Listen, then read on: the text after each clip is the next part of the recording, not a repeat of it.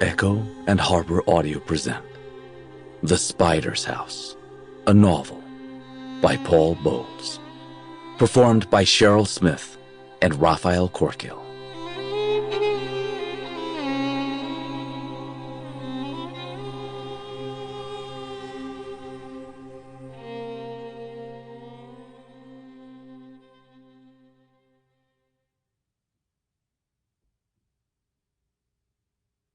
For my father.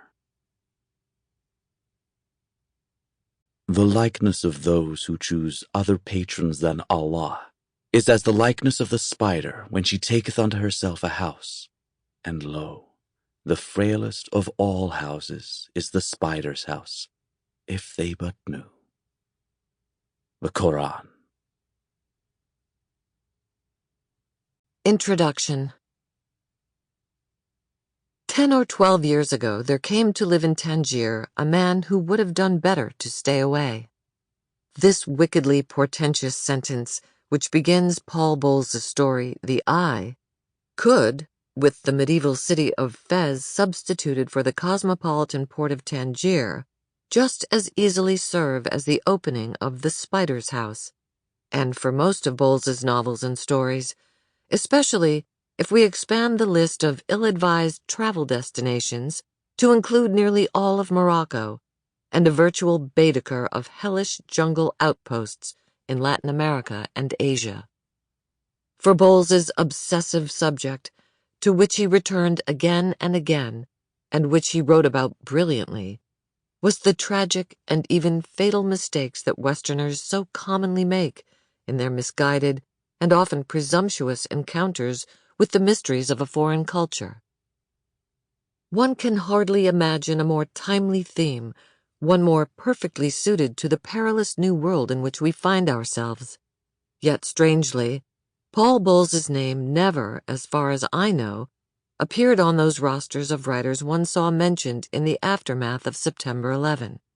Classic authors whose work appears to speak across centuries and decades, directly and helpfully addressing the crises and drastically altered realities of the present moment.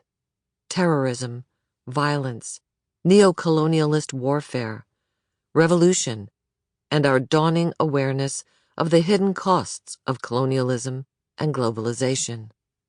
Perhaps it's because the books that were commonly cited, War and Peace, The Possessed, The Secret Agent, and so forth, seemed, even at their most pessimistic, to offer some hope of redemption, some persuasive evidence of human resilience and nobility, whereas Bowles' fiction is the last place you would go for hope, or for even faint reassurance that the world is anything but a horror show, a barbaric, Darwinian battlefield. Frequently, Bowles begins his fiction in ways that seem to promise or threaten the sort of narrative we might expect from other writers who have focused on the confrontation between East and West, from novelists as dissimilar as Conrad, Naipaul, and Forster, from works in which a naive colonial sightsees his way into one heart of darkness or another, and lives to regret it. So, The Spider's House starts off with a prologue that could almost, but not quite, pass for the introduction to an unusually well-written political thriller.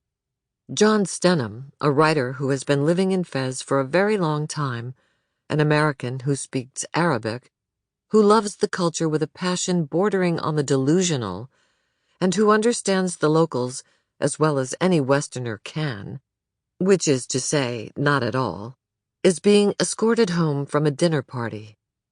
His Moroccan hosts have insisted that the streets are unsafe for him to walk alone, and though Stenham resists with the insulted bravado of the foreigner who has proudly gone native, he accedes because the mood of the city has lately seemed restive and strange.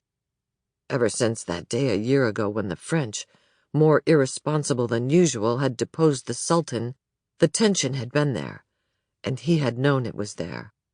But it was a political thing, and politics exist only. Sample complete.